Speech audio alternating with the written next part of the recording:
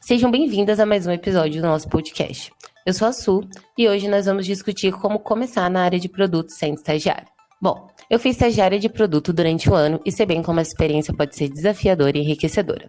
Muitas vezes, migrar para o mercado de tecnologia e produtos pode ser intimidante, especialmente quando as vagas pedem requisitos que parecem irreais para uma pessoa júnior. Começar estagiando é uma excelente forma de adquirir experiência prática e se posicionar no mercado como experiência real. E para enriquecer ainda mais nosso papo, temos Diana e a Daniela. Meninas, façam, por favor, uma breve apresentação de vocês para as nossas ouvintes. Eu sou a Daniela, tenho 33 anos, sou de Salvador, moro em São Paulo há uns 5 e estou em transição de carreira. Eu sou estagiária de design de produto, de designer, mas atuo como designer de produto num time que cuida da validação de segurança dos usuários. Oi, pessoal, tudo bem? Meu nome é Diana e eu sou daqui de São Paulo, tenho 23 anos e estou estagiando desde o começo do ano passado com a Su e com a Dani. E deixa eu pensar, eu trabalho como estagiária de Product Manager mesmo, né, sou PM, e trabalho com times, eu nem sei muito bem explicar, mas com novos produtos sociais, produtos para família, para menores de idade, aí estou trabalhando com alguns produtos diferentes ao longo desse programa de estágio. Muito bom. Já deu para perceber que a gente vai ter backgrounds diferentes aqui, experiências diferentes para entender aí como realmente é começar como estagiária na área de produto, tanto como designer, tanto como PM mesmo. Bom, então vamos começar do início. Eu queria que vocês contassem um pouco da formação acadêmica de vocês, o que motivou vocês a buscar uma vaga de estágio na área de produto. Vocês já tinham uma ideia do que seria esperado de vocês nesse papel? Então, eu não fazia muita ideia, até porque eu venho de uma área totalmente não corporativa, eu acabei não mencionando antes, mas eu sou formado em oceanografia e depois eu comecei a trabalhar com cozinha, vim para São Paulo por causa disso, inclusive. E aí, eu nunca tinha trabalhado na minha vida profissional, desde que eu tinha começado a trabalhar, nunca tinha trabalhado no ambiente corporativo ou muito menos de tecnologia, né? Então era tudo muito novo para mim. Então, o fato de trabalhar híbrido, utilizando ferramentas que eu nunca tinha utilizado, não de forma profissional, e utilização também da parte técnica que eu não tinha, foi um desafio muito grande de chegar e entender, e me deparar com tudo isso, e entender até o que eu precisava aprimorar, mas com muita conversa com pessoas mais sêniores, com designers mais sêniores, outras pessoas de produto, eu consegui, e estou conseguindo, na verdade, superar a cada dia essas dificuldades que aparecem. Só antes da Di responder, eu acho que o seu background é muito bom, assim, tipo, é totalmente diferente. As duas têm backgrounds diferentes, eu acho que isso é muito enriquecedor também. Mas como que foi, tipo, isso de, cara, quero tentar design? Tipo, quando que você teve essa virada, essa chavinha, assim? Boa. Então, na faculdade ainda de oceanografia, que eu fiz de 2010 a 2016, eu lembro que no final eu já estava assim, pô, não sei se é isso que eu quero fazer, eu não queria seguir a carreira acadêmica. E aí eu lembro que eu comecei a estudar CorelDRAW no YouTube, e aí eu comecei a fazer alguns banners para as festas que iam ter de universitários, né? Então, calorada. A gente tinha uma festa chamada Tsunami, então eu consegui fazer alguns cardápios e tal. E isso foi, tipo, algo que eu sempre gostei de fazer. Eu lembro quando eu era criança também, que eu tinha computador ainda, sem internet, tinha um Corel, eu nem não sabia mexer, ficava lá mexendo aleatoriamente.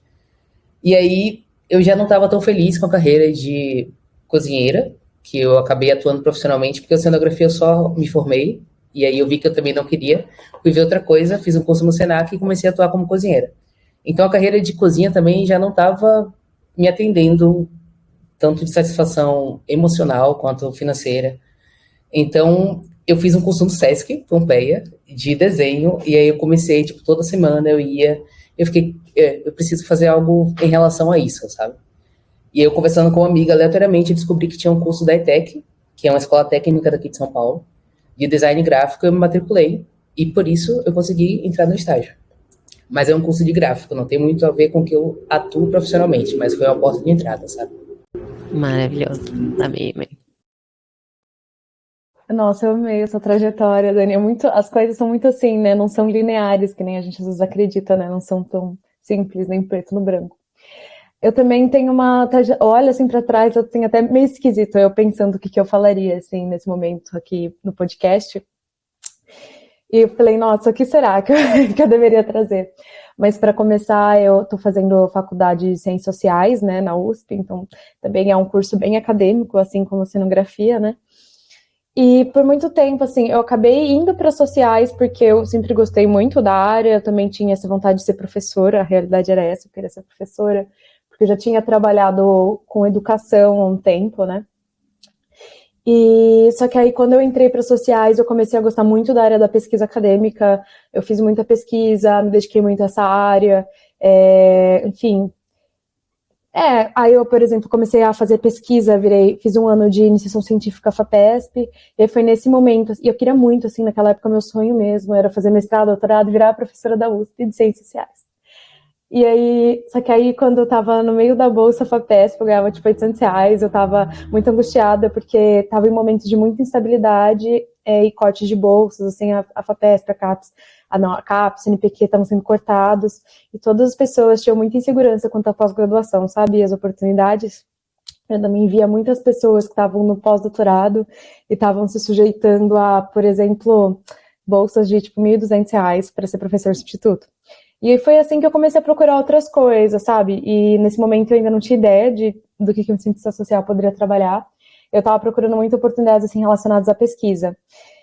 E a verdade é que eu fiquei muito desesperada, tinha uma crise existencial muito grande aí no meio da minha bolsa, e foi essa crise existencial, gente, valorizem as crises de vocês, que me trouxe aqui. Comecei a prestar vários processos seletivos, nossa, assim, muitos diversos, assim, vários voltados para pesquisa, alguns de políticas públicas, e acho que prestei só no Nubank, mais uma empresa, assim, de empresas grandes, e a realidade é que eu estava procurando vagas mais voltadas ao UXR, né, mais relacionadas à pesquisa, voltada à pesquisa de usuário, né, pesquisa de usuário, customer insights, estava procurando vagas relacionadas a essa área. E, cara, eu tenho quase certeza que eu me inscrevi errado em produto, mano, eu ainda não sei como que eu vim parar aqui, tipo, quando eu cheguei e recebi o e-mail falando assim, você passou para a etapa de cases de produto. Falei, gente, que raio que é produto? Eu tinha quase certeza que eu me inscrevi errado.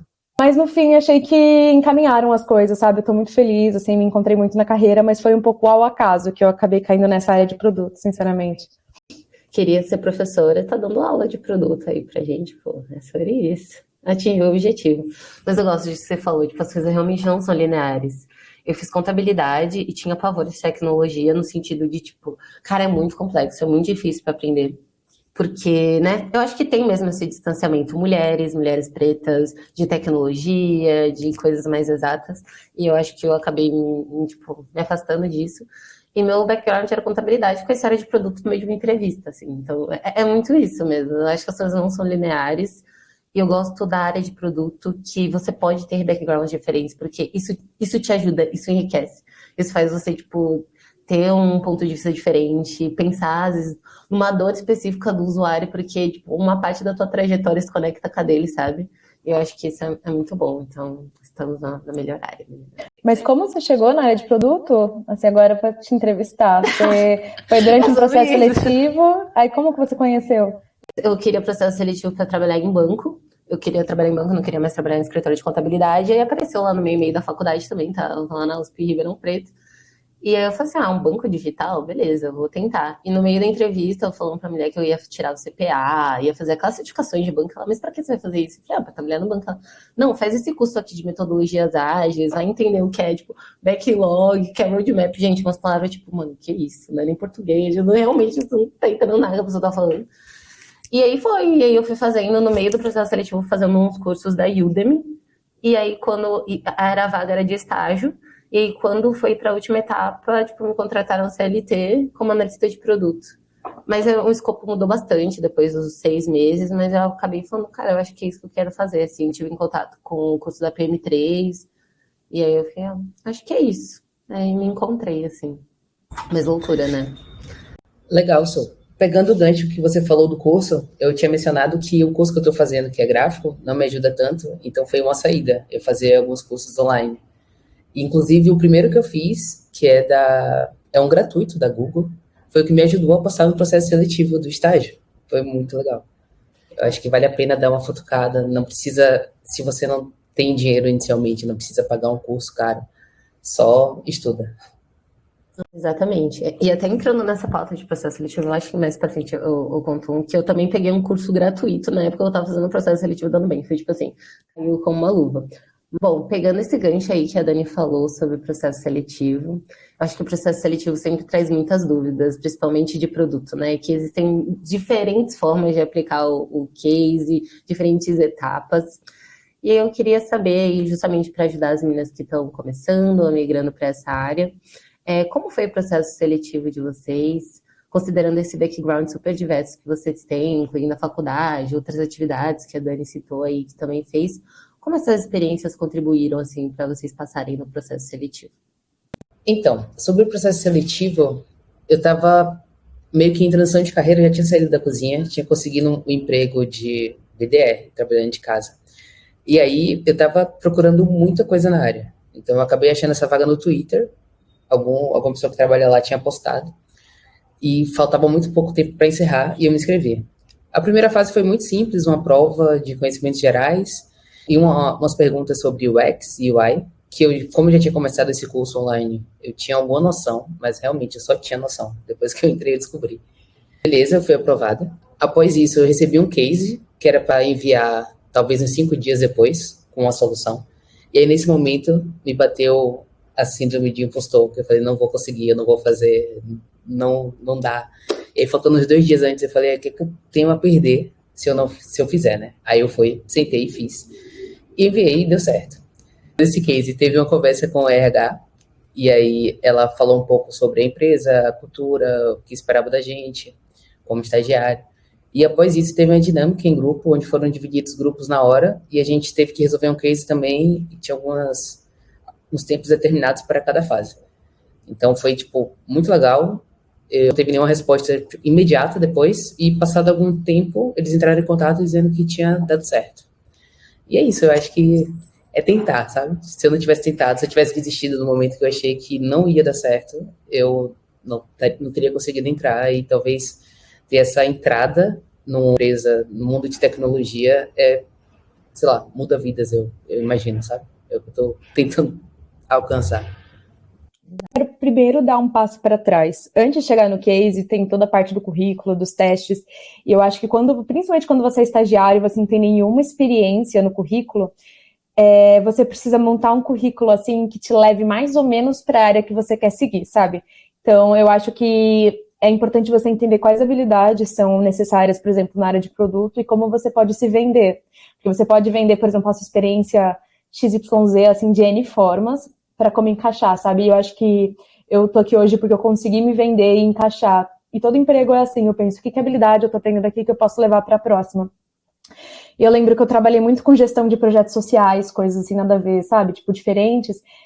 Mas só de você ter alguma habilidade com gestão de times, alguma habilidade com resolução de problemas, coisas assim que você possa vender e colocar no seu currículo, vender a sua história, ou mesmo experiências com análise de dados, com pesquisa, qualquer coisa que você tenha feito nos seus antigos empregos, assim, que você está tentando se recolocar, ou mesmo como estagiário, vale contar, sabe? Foi muito isso que me levou para as próximas etapas. Essas minhas experiências com pesquisa, com gestão de projetos, enfim, e também na última entrevista com a RH contou muito, porque no nosso caso foram currículo, depois foi teste de lógica, e aí quando você passava do currículo e teste de lógica, que aí também eles filtram muita gente, ainda mais nos processos seletivos são muito grandes, aí foram 2 cases de 45 minutos ao vivo, você e a pessoa entrevistadora, que geralmente é um PM, né? Um PM ali sênior, pleno, que vai te entrevistar e vai conversar com você, enfim, para entender que solução você dá, né? E aí depois dessas duas entrevistas case, há uma entrevista com a RH, que eu acredito que seja mais de fit cultural, assim, também te faz bastantes perguntas, assim, interessantes, para você, enfim, né, para te conhecer. Sobre os cases, até se você quiser falar também como foram as suas experiências de case, eu confesso que eu nunca tinha feito um case, assim, sabe, nesse formato. Era a primeira vez que eu estava fazendo case desse formato. Eu também, como vocês sabem, também não sabia exatamente o que era a área de produto. Então, eu fiz a clássica pergunta, assim, depois que eu recebi o e-mail, falando, mano, o que um PM faz? No Google, pesquisar. Gente, é uma situação Aí, desesperadora. aí o Google respondeu, depende, né? Aí eu vi aquelas 3 bolas lá, PM, IBA, design, negócio. Eu falei, ai, Jesus Cristo, onde que eu tô me enfiando? Mas aí, enfim, eu comecei a procurar um pouco, aí depois a empresa, eles, nesse processo seletivo, eles mandaram alguns materiais, eu não sei se você lembra, Su, mas eles tinham mandado vários materiais, um sobre a área de produto, para você entender, um sobre como fazer cases, e outro sobre como funciona esse formato de case, que várias empresas usam, tipo Microsoft, Google, várias empresas de tecnologia grandes usam esse formato. E no fim, o que eu fiz muito foi estudar, gente. Estudei os cases, estudei todo o material que eles estavam falando. E depois eu conversei com pessoas que faziam parte de processos seletivos e falavam que, tipo, as pessoas nem leem os links que se mandam e mostram um pouco interesse. Então, quando você mostra interessado, lê o que te manda, faz toda a diferença. E aí foi aí, nesse dia, lendo esses textos, que eu descobri que o negócio era entender a dor do usuário. Aí foi assim que eu consegui desenrolar os cases, assim. Mano, 2 coisas simples. Era a dor do usuário, ou a dor da pessoa, e um problema para resolver essa dor. E foi em cima disso que eu resolvi o case inteiro, assim, com essas 2 únicas informações que eu tinha sobre o produto. E eu não, enfim, não sei muito como orientar as pessoas a construírem case. A realidade é que hoje tem muitos materiais na internet. Hoje eu sei fazer um case, assim, hoje eu conseguiria fazer um case porque aprendi muito sobre o dia a dia. Mas era isso, e eram problemas bem ambíguos, bem grandes. Por exemplo, como você resolveria o problema do subemprego no Brasil? Exatamente. E eu acho que é muito nessa pegada, assim. Primeiro de tudo, ler os links até o final e, tipo, se debruçar no case. Aquilo que a gente sempre fala de, tipo, tá, primeiro vai entender realmente qual é do teu usuário a fundo. É muito a mesma coisa pro case, assim, tipo, vai entender o que o case tá te passando primeiro. E eu fiz exatamente o que você fez, tipo, fiquei olhando lá o case, lia, relia, a gente imprimia a página, deixava colada assim na parede pra toda hora passar lá, ler, reler, e só começar a fazer depois que eu garantisse que, tipo, realmente entendi o que eles estavam perguntando. E aí, enfim, apliquei bastante dos materiais que eles passaram, eles também mandaram bastante link pra gente, então o que eu assisti de pessoas resolvendo case no YouTube não tá escrito, assim, tipo. E é isso, e eu li, anotava, essa pessoa fez isso aqui, então ela foi realmente para tentar entender, nunca tinha resolvido um case de produto na minha vida. E é isso que você falou, de eu acho que focar muito na dor do usuário e no problema que você vai resolver, que é o que a gente acaba tendo que fazer no dia a dia mesmo. E é isso que o case quer provar, né? Como você vai lidar no dia a dia. Que no fim é um pouco simples, assim. Eu acho que, por exemplo, hoje eu usaria mais frameworks, hoje eu teria mais etapas que deixariam mais complexos. Vim preparado para as perguntas que vão te fazer, porque sempre vão fazer perguntas e você tem que ter boas respostas para essas perguntas, sabe? Não, só complementando, que eu acho que essa coisa de entender o problema facilitaria muito o meu primeiro ano de estágio, se eu tivesse direto nisso, sabe? Porque eu acho que é muito eu falo do ponto de vista de designer, intern, né? Não era nem júnior, de a gente pensar logo em soluções. A gente recebe um problema e ao invés de investigar, seguindo ali, parece um clichê falar do Double Diamond, mas é isso. Primeiro a gente tem que explorar todas as possibilidades de problema e seguindo, convergindo, e depois para chegar na solução. Mas você, como júnior, eu tinha muito isso. Hoje eu entendo que eu tenho uma maturidade profissional um pouco maior, ainda tenho muito arroz com feijão para comer, mas eu acho que uma parte do caminho já foi caminhada, e eu entendo que eu consigo me debruçar mais sobre o problema. Porque no case eu consegui fazer isso pontualmente, mas daí a você aplicar no dia a dia, com todas as demandas que você recebe, a cada sprint tem que resolver, eu acho que é complicado a gente se manter nesse caminho, sabe? É complicado não, a gente tem que colocar um foco nisso. Não é naturalmente. A gente tem que treinar para que isso aconteça naturalmente em breve, porque demora um pouco de tempo. É o período de rampagem, né? Sim. Hoje eu olho assim para trás, eu acho algumas coisas engraçadas. Por exemplo, eles me perguntavam, você vê algum concorrente para esse segmento que você está entrando? Eu não tinha feito uma análise de concorrente, assim, sabe? Por quê?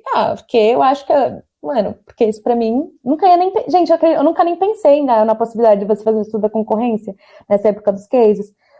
Mas eu acho que como eu consegui fazer um bom arroz e feijão, assim, por exemplo, você realmente entender o problema, puxar dados, entender a sua audiência, entender quais são as dores desse público, pegar uma dor, falar o porquê você está priorizando, sempre vão perguntar o porquê você está priorizando tal dor, da solução, e, tipo, e realmente mostrar, assim, um começo, meio e fim, assim, saber, tá bem preparado para responder as perguntas. enfim, acaba fazendo bom case. Outra coisa, eu acho que eu tinha proposto 2 ideias, assim, e falou, você tem que priorizar alguma. Eu falei, nossa, priorizar a ideia? Como assim? Que louco! Que essa pessoa falando? Tem várias, vamos fazer todas. Hoje em dia, outra coisa, assim, né? Mas é muito isso, é porque é uns cases para estágio, ainda mais produto, como não tem curso, não tem faculdade, assim, tem cursos, mas não tem faculdade, as pessoas não têm muita experiência prévia, você acaba indo um pouco cruzinho, assim, né, nas primeiras. E bem nesse ponto aqui, assim, que você falou, considerando que quando a gente ingressou aí na área de produto, a gente não tinha muita experiência prévia, assim, com o produto mesmo.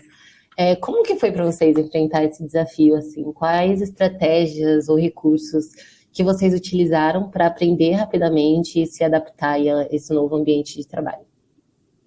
Boa. Eu acho, além do que a gente já falou de estudar, procurar artigos e livros, ter a maior quantidade de contato com pessoas da área que você conseguir, sabe? Lá na empresa tem um programa de alguém te acompanha durante os 3 primeiros meses, então eu colei nessa pessoa, a gente acabou até se tornando amigos, mas perguntar tudo. Às vezes eu me sentia até incomodando, sabe? Tipo, eu vou fazer uma pergunta burra. Ele sempre falava, não existe pergunta burra, pode mandar. Às vezes era uma pergunta que não fazia, sei lá, tipo, um designer, sei lá, com 6 meses de experiência já não faria. Mas eu tava começando. Eu não fazia ideia de como usar o Figma corretamente, assim. Eu estudava Illustrator e Photoshop no curso, o Figma eu só tinha ouvido falar pelo que eu estudava, mas ainda não tinha começado a mexer, e para mim aquilo ali era tudo muito confuso. Eu lembro que, passado alguns meses, que eu estava usando atalhos para fazer coisas assim, naturalmente, sem ficar tentando lembrar, nossa, tô aprendendo um pouco mais, sabe? É bom também você acompanhar esse progresso. Mas, voltando pro assunto, eu acho que eu fiz muita mentoria e participei de muitos eventos, que isso é legal, que lá na empresa tem, mas se não tiver, procura fora eventos de produto, eventos da área que você está procurando, específica, de design, ou como PM, ou como BA.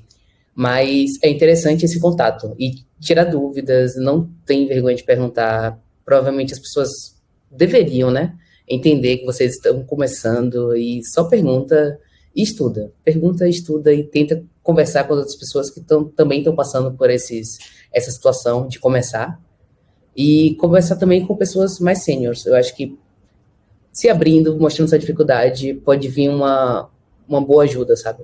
As pessoas também passaram por dificuldades quando estavam no começo. Eu acho que é uma boa saída. Para mim, tem funcionado. Sinceramente, para mim também, assim. A realidade é que eu tive, eu também nunca tinha trabalhado no mercado corporativo, né, que nem você, Dani, então foi muito chocante para mim.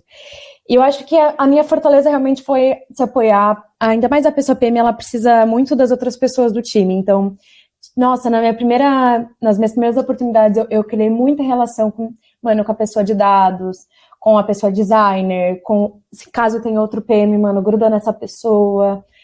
Enfim, todas as pessoas você pode imaginar que você precisar. A pessoa de marketing, a pessoa de operações. Mas é desafiador, assim. Tem uma dor de aprendizado gigantesca, assim. Não foi fácil. Ano passado, assim, foi super desafiador.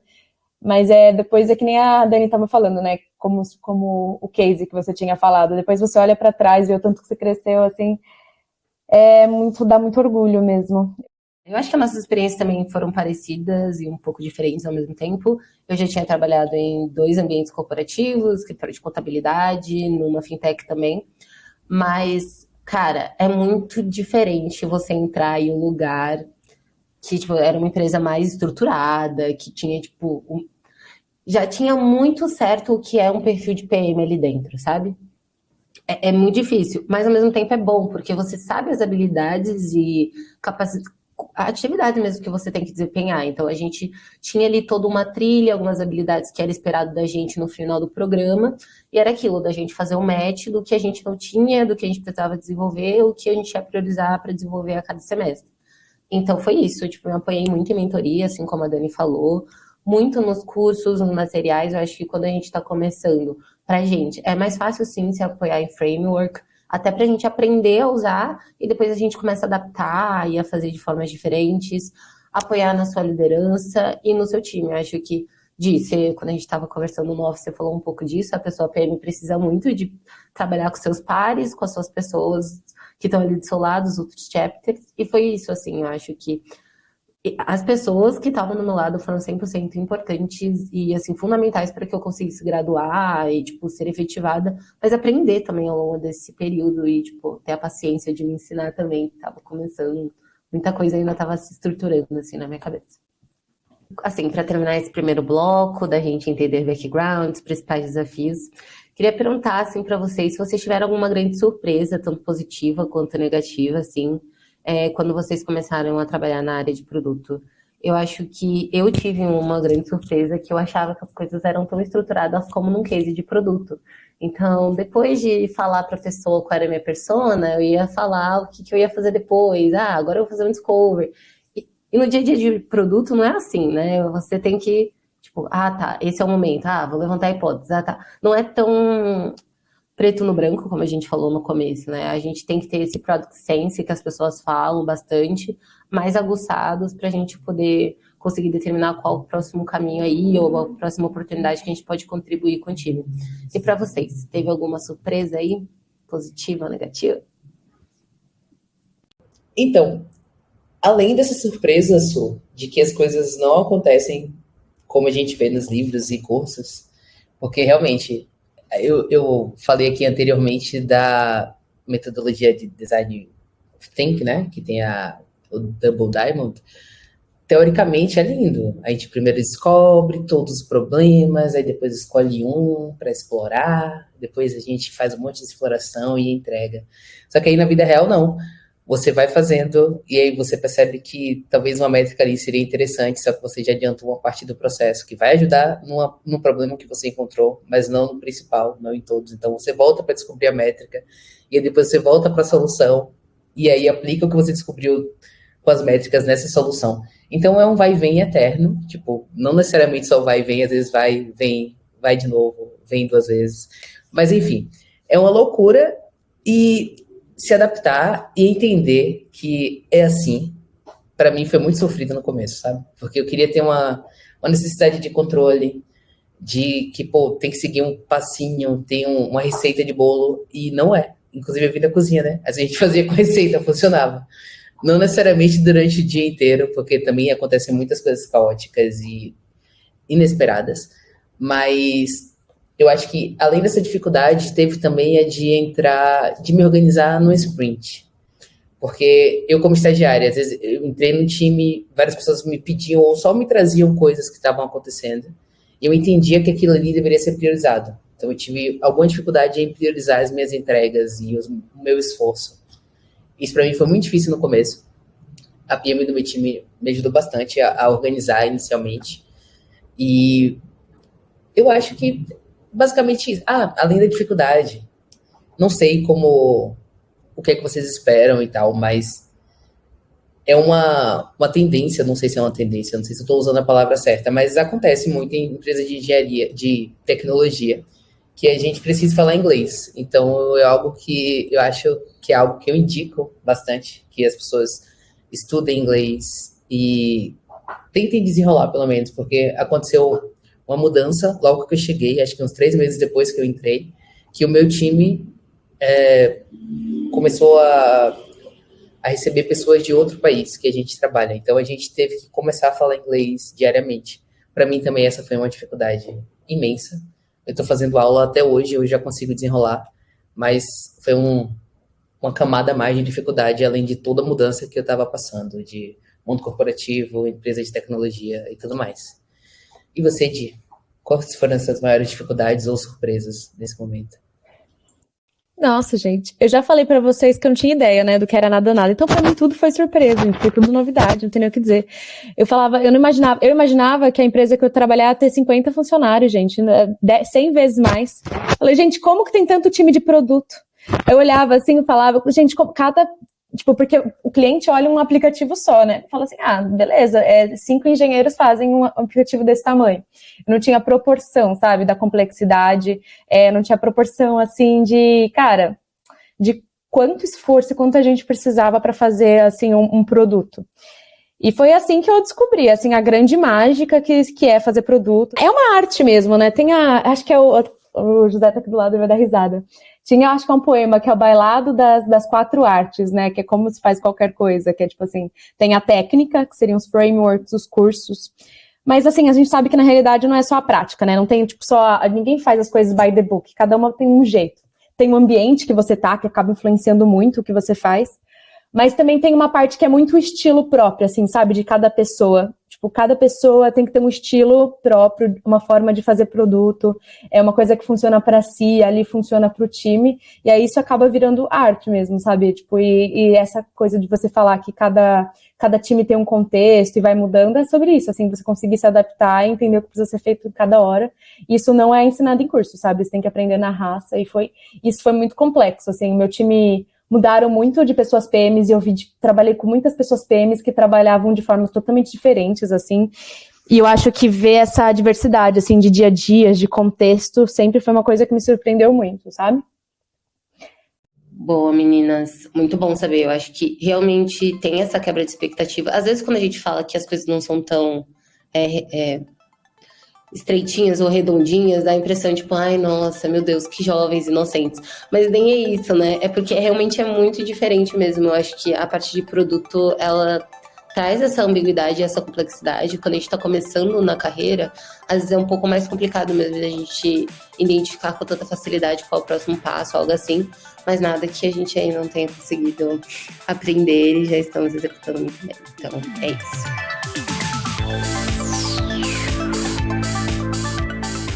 Se você tá gostando do podcast, tá gostando do nosso conteúdo, para entrar em contato com a gente é só mandar uma DM no Instagram. Mas se você preferir o e-mail, manda um e-mail aí para podcast@mulheresdeproduto.com. E também você pode apoiar a gente de diversas formas, seguindo a gente no seu agregador de podcast mais favorito, ouvindo pela sua plataforma favorita e também deixando like e entrando aí pro Clube MDP. Que a partir de R$25 você vai ter vários benefícios, como inclusive passe livre no MDP Curtas, que é os nossos eventos aí que acontecem ao redor do Brasil todinho. Vem pro clube e continua ouvindo a gente.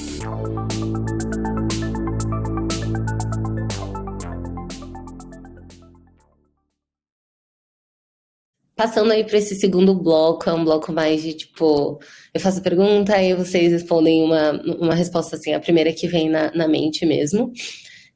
Queria entender de vocês. Quais ferramentas e metodologias vocês realmente usam no dia a dia de vocês, tanto como PM como designer? Então, como designer, eu diria Figma, para a gente fazer o trabalho de criação de tela mesmo. Mas sobre metodologias para utilizar no dia a dia, entender metodologias ágeis, que o seu time usa principalmente, e tentar focar nisso. Acho que se encaixar, porque também não adianta a gente só ficar lendo tudo e que não vai usar. A gente acaba, criando coisas que estão ali guardadas.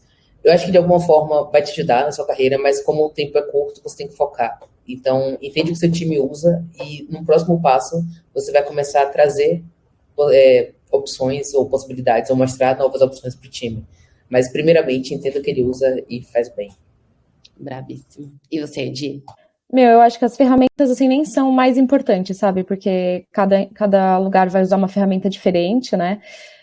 Enfim, dia a dia do PM é o arroz com feijão, né? O Gira, que é de gestão de time, usa o Miro, usa documentação, faz documentação em qualquer lugar, usa ferramentas de analytics, a gente usa a ferramenta de analytics para entender funil, fluxo, tem plataformas de experimentação, que é muito específico nosso, e aí depende muito do contexto que você tá, né? Mas as metodologias, cara, uma coisa que é que assim, como um PM mais júnior, é mais esperado que seja bom de execução, né? Mais do que seja bom de product sense, seja bom de discovery, se consiga fazer uma estratégia, você tem que ser muito bom de tocar dia a dia. Então, você conseguir entender bem de metodologias ágeis e entender o que funciona para o time de vocês é muito importante, sabe? Eu acho que quando você consegue acertar esse processo, você consegue ter meio caminho andado, sabe? O meu time acaba que, gente, é um Scrum rataria, assim, é o que funcionar, sabe? Tipo, e conseguir, por exemplo, pensar muito bem os rituais, conseguir entender o que funciona, fazer um planejamento bom, sabe? Conseguir fazer um bom monitoramento, acompanhamento. E aí é muito que funciona, assim, para mim o roadmap funciona no Miro, eu faço um roadmap bem detalhado, assim, sabe? vou criando ali, a gente roda por sprint, né, criando as prioridades da sprint, assim, sabe, tem me ajudado muito. E tem formas de aprimorar a sua comunicação. Isso faz totalmente diferença no dia a dia do PM e separa os adultos das crianças, cara. Tipo, você saber... Falou bonito agora. Você saber se comunicar, de verdade. Por exemplo, você tem vários frameworks, né? Tem aquele da pirâmide de trazer o mais importante, o SWOT na frente, sabe? Ser conciso, entender o que o seu público precisa escutar. Você fazer uma boa comunicação, saber fazer um bom PPT, né? Se for da sua área. Saber escrever documentos precisos na lata, sabe? Ajudam muito. Mano, então é isso. Mano, o dia a dia é realmente conseguir dominar a comunicação também. Com vocês, acho que as minhas Miro, Gira, Triple Diamond, 100%, todos os dias. E template de documento, meu Deus, template de documento salva demais. Nossa, muito. Boa, mas pensando aí no dia a dia de vocês veem uma grande diferença nas responsabilidades e entregas esperadas, comparando aí um APM de um PM júnior, ou um designer intern de um design júnior? Vocês têm algo para contribuir com relação a isso? Boa pergunta. Então, eu acho que no começo tem um pouco mais, mas depois você começa... Porque, dando um exemplo da minha experiência, né? No começo eu achava que quando eu recebia uma tarefa eu tinha que fazer tudo sozinho. Hoje eu entendo que eu preciso mostrar para outros designers para validar, para talvez mudar o rumo, para entender, ainda no processo de definição do problema. Talvez no problema na fase de você já definir o problema e tá ali entendendo para começar a criar iterações. Então é muito importante que você participe, que você chame essas pessoas para participar com você, outras pessoas designers, para fazer uma sessão de crítica ou algo assim. Então, eu acho que entender isso, saber que você precisa da ajuda e que todos os designers vão precisar, falando do ponto de vista de design, facilita muito, porque você já não chega para apresentar uma solução com algo que você acha. Não, já foi validado. Todas as dúvidas que talvez aquele projeto ou aquela entrega que você está fazendo fosse levantar para o time, ou o time fosse trazer essas dúvidas, ou sei lá, pôr à prova o que você fez ali, já foi posto antes, entende? Então já foi validado, já passou por isso, já foi refinado, e aí você entrega para o time. Porque no meu caso, eu sou a designer do time como intern, e quando tem tarefas mais complexas, ou em alguma área que eu não domino tanto, eu pego alguns designers seniors do time de designers que não estão atuando no meu time para me ajudar nisso. Então, eu acho que isso ajuda, além do fato de também não trazer ideias como júnior. Eu acho que normalmente os júniors fazem, porque eu faço muito. Quer dizer, estou nesse processo de não fazer mais, de trazer coisas que você tem na teoria que dá certo, que você viu no livro ou algo do tipo, mas sem dados. Então, sempre trabalho com dados, sabe? Métricas. Designer e produto, no geral, sempre está atrelado a métricas, né? A única coisa que me passa na cabeça é que eu sempre falei para a Suelen, não há nada que um IC6 faça, ou um PM sênior, né, faça, que eu não consiga fazer 40%. E às vezes 40% é o que precisa, sabe? Se você consegue fazer, entregar e resolver ali, resolveu, não precisa ser perfeito, sabe? Quando eu comecei a entender que é isso, tem que fazer o que resolva o problema, tem que fazer da sua forma, entregar, pedir muita ajuda. Eu também tinha problema de pedir ajuda. Hoje eu parei em quase tudo que eu faço, porque também entender que, por exemplo, apesar da gente ter o escopo muito parecido de uma pessoa mais sênior, porque não tem escopo júnior, onde a gente trabalha, é lógico que os resultados são muito diferentes. Assim, eu vejo que meu trabalho, por exemplo, eu vou ler uma RFC que eu faço, ele é uma RFC de uma pessoa mais sênior, lógico que tem diferente qualidade, é por isso que você tem que parear e pedir feedback, pedir para ser refeito, mas também é uma RFC, sabe? Você conseguir entregar alguma coisa também é importante. Por isso, se você consegue entregar 30% no trabalho, já tá ótimo, sabe? Eu gosto disso que você falou, não há nada que uma PPM sênior faça que a gente não faça 40%. E às vezes a gente só precisa chegar no 40% mesmo, porque alinhado com isso que a Dani falou, é essa parte de até a gente precisa esperar as coisas que a gente faz, né? Então a gente produziu até que 40%, poxa, essa é a minha limitação, vem aqui, me ajuda, me dá um input, e a gente aprende nesse processo. Então, acho que é super, você falou brincando, mas é um negócio super sério mesmo, a gente também entender, dado o nível que a gente tá, até onde a gente consegue chegar, e como outras pessoas conseguem contribuir com o nosso trabalho, né, para melhorar eles. Mas adorei, meninas. E uma pergunta que, nossa, essa pergunta sempre me fazia no semestre, tipo, no ano passado, né? Tipo, beleza, eu sou júnior, como pessoa PM, eu preciso influenciar a tomada de decisão dentro do time. Pessoas de designer, com certeza, também precisam muito fazer isso, defender o motivo daquele botão tá ali na tela do texto tá escrito daquela maneira. Vocês sentiram desafios com relação a isso? Tipo, cara, como eu, uma pessoa de júnior, vou conseguir aqui influenciar essa decisão? E como vocês fizeram, assim, para transpor essas barreiras? Boa.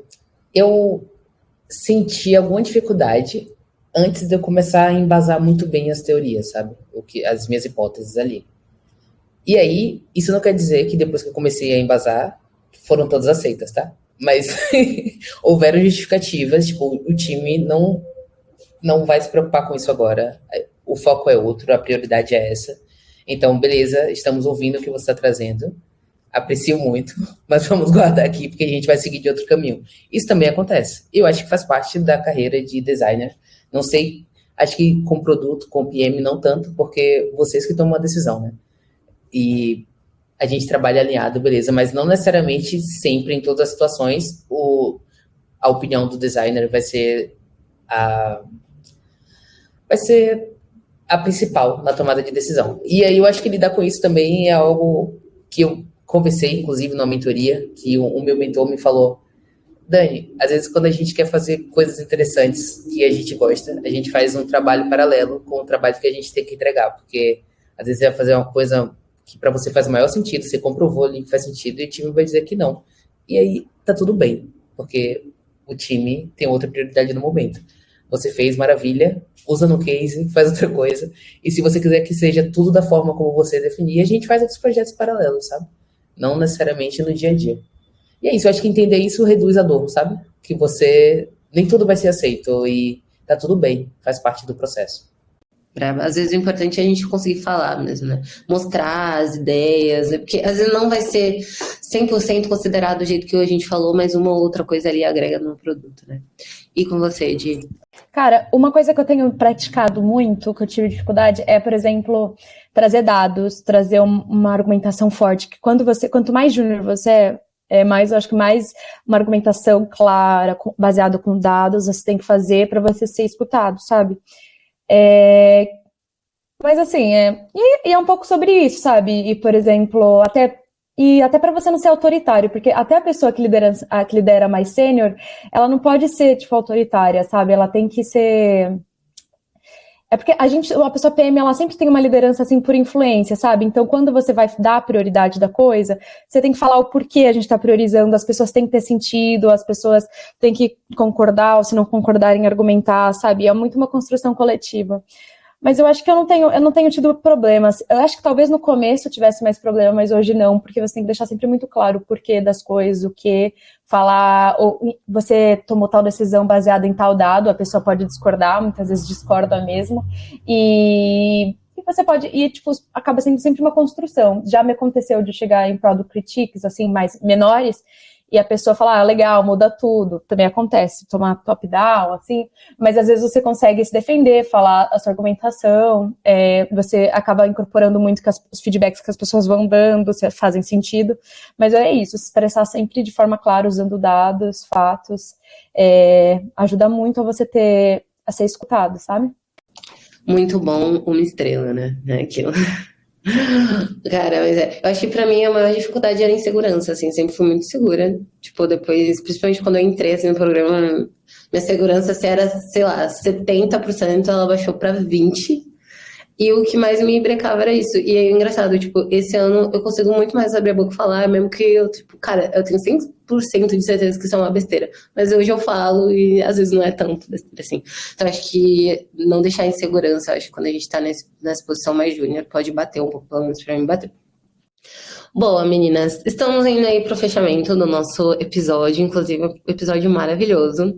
Vou fazer uma pergunta mais básica de finalização aí, que é para perguntar para vocês quais conselhos vocês dariam para outras pessoas que querem começar na área de produtos como estagiárias? Boa. Como conselho, estude. Estude sobre a área de tecnologia, sobre a profissão que você quer, se é PM, se é designer, se é BA. Converse com pessoas que já estão na área, que fizeram transição de carreira, se essa é a sua situação, porque faz toda a diferença, sabe? Você tem um... Tudo bem que você vai entrar e a surpresa vai estar lá, entendeu? Você não vai saber o que te espera, mas acho que quanto mais você tiver alguma familiaridade com os termos, com o que aquela empresa faz ou com o que a sua área faz, porque é muito dinâmico também, né? Cada empresa tem uma atuação diferente de cada área. Mas tenta entender um pouco, porque eu acho que a dor vai ser menor. E, além disso, estudar inglês. Para mim foi uma dificuldade muito grande ter que falar inglês. Tipo, de repente eu tinha que falar inglês todos os dias na semana e participar de reuniões em inglês. No começo eu ligava a legenda ali no Google Meets. Hoje também é uma evolução, eu consigo entender tudo sem legenda, sabe? Estude, converse com pessoas da área e participe de eventos. Eu acho que tudo isso ajuda, de grupos online ou presencial, dependendo de onde você está. Mas é isso. Estuda e conversa. E trabalha. Eu acho que não tem muita saída, não. Cara, eu acho que o primeiro conselho que eu acho que serve para qualquer nível, assim, é tentar se conectar com as pessoas, sabe? Tentar se conectar, criar boas relações, as pessoas do seu time, para você ter o apoio delas, porque quando você entra na empresa, você não sabe nada, e às vezes é a pessoa que as pessoas têm que te ensinar a fazer tudo. Então, você tem que sempre construir uma parceria ali, uma boa relação com essas pessoas, seus pares. Pares da sua, outros PMs também, é sempre bom ter parceria com outros PMs, que eles vão te ajudar quando você precisar, sabe? Eu recebi ajuda, assim, de todos os lados, vocês nem imaginam, sabe? Não ter vergonha de perguntar, pedir explicação, sabe? Pedir material para ler, sabe? Fazer, enfim, tentar também até outros pares, assim, procurar outros estagiários, assim, se você tá entrando no nível de estágio para se apoiar, para ir trocando, sabe? Porque é muito bacana, como vocês estão todos na mesma fase, na mesma etapa, conseguem encontrar muito apoio e muito conselho, assim, muita dica, sabe? Porque eu acho que foi isso que eu mais sofri no começo, assim, é ter pessoas muito distantes de mim, sabe? Eu encontrei times com pessoas muito sêniores, bem mais velhas, com experiências de vida muito diferentes das minhas, que me fez me sentir muito deslocada. E foi esse contato com estagiários, pessoas que estavam vendo as mesmas coisas, tendo os mesmos desafios que eu, que me ajudou muito a seguir, sabe? Então, todo tipo de conexão. Também se mostrar sempre uma pessoa muito interessada, sabe? Com vontade de tipo, aprender, crescer. Isso faz muita diferença como as suas lideranças te enxergam, sabe? Além de, claro, assim, ter uma postura humilde para aprender, assim, arregaçar as mangas, assim. E realmente, cara, trabalhar, crescer, focar no seu desafio, assim.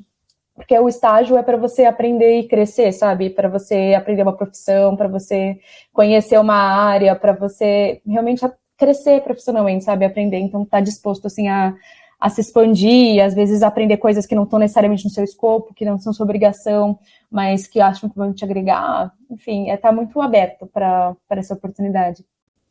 Concordo 100%. Eu acho que, só trazendo aqui um ponto de vista, o negócio, a parte do inglês é boa, independente se o seu escopo não pede inglês, porque a maioria dos materiais, os materiais de qualidade que você vai encontrar, de instrução sobre produto, de grátis na internet é inglês, então vale 100%. A questão de rede de apoio. Eu me apoiei muito na comunidade, então, tipo, desde o começo eu entrei na comunidade e eu acho que isso faz muita diferença. Então, quem puder entrar em comunidade, isso te abre porta para evento, para fazer networking, várias coisas. E é isso, e sempre buscar, tipo, aprendizado, a mais conteúdos, a consolidar o que você está aprendendo e dar uma chance para o estágio. Eu acho que começar como estágio é uma grande oportunidade, você já começar com uma base boa, de você conseguir errar o máximo que você puder, com, tipo, carteirinha verde, assim, para poder errar. A gente tá aqui para errar, tá para aprender. Então, não me arrependo nem um pouco de ter começado como estágio. Acho que foi uma grande oportunidade de aprendizado. Conheci mulheres maravilhosas, Dani e Di, que estão aqui, inclusive, sou super fã. Estou muito, muito feliz desse episódio ter acontecido. Meninas, muito obrigado, assim, insights super valiosos, demais, aprendi muito aqui nesse papo também. E eu espero que esse episódio tenha contribuído para vocês que estão em casa, tenha motivado vocês aí a abrirem os olhos para essa possibilidade, que é começar como estágio na área de produto. A nossa discussão continua na nossa comunidade através do Slack, no WhatsApp e nas redes sociais das Mulheres de Produto. Muito obrigada por estarem com a gente e até o próximo episódio.